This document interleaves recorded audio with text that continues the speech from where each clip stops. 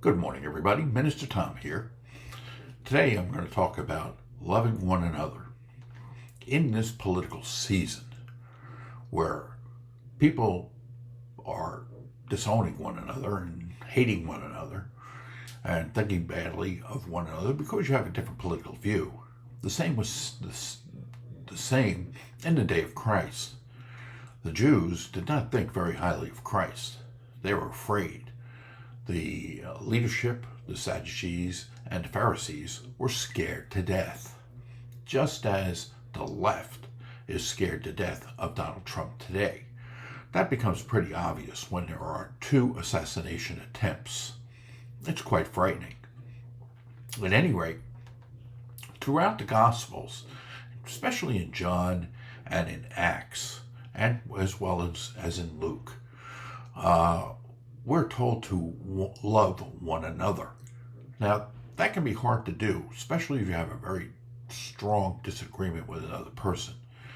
However, the idea is no matter what the person thinks, you still love them. You don't want to give them harm. And that's my point here today.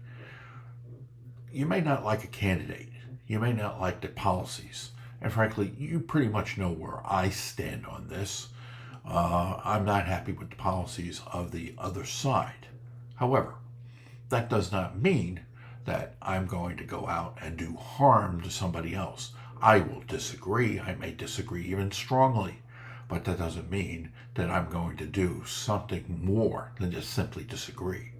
I'll love the person just to be a person because God tells me to do so. However, I don't have to disagree, or I should say, I don't have to agree with that person's thinking.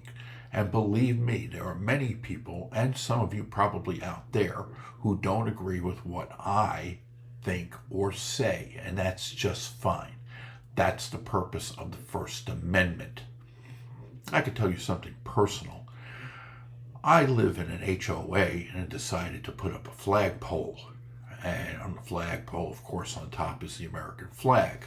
Underneath that, I have a Trump flag with God, guns, and Trump. I was given the flag. I was quite honored to get it. And I put it up.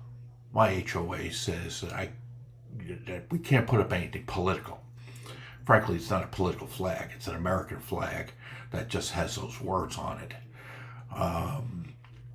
But I'm able to exercise my freedom of speech, and I look at anyone else who wants to do the same and feel just the same way. They are exercising their freedom of speech. Christ in his day, although there was no freedom of speech, so to speak, it was never written down, and they were under Roman rule. He had to be cautious about what he said. That's why he talked in parables, so that others who were unaware of what his teaching was about would not necessarily understand it and would think it was gibberish.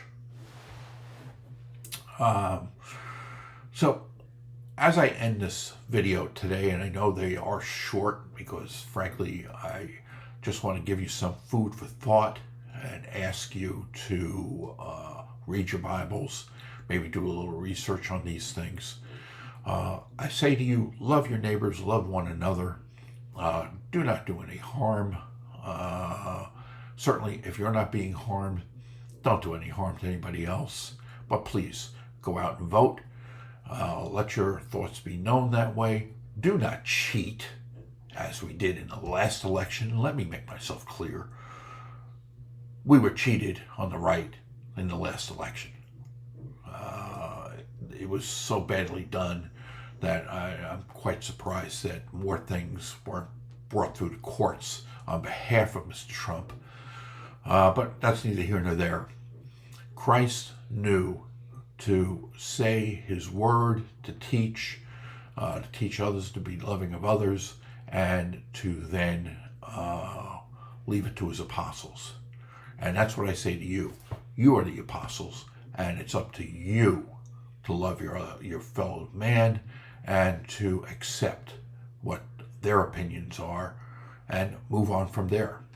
So Minister Tom and I will see you all very, very soon. And before I go, I do Christian counseling services. I am available.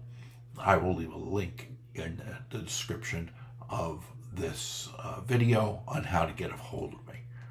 Take care. See you all soon.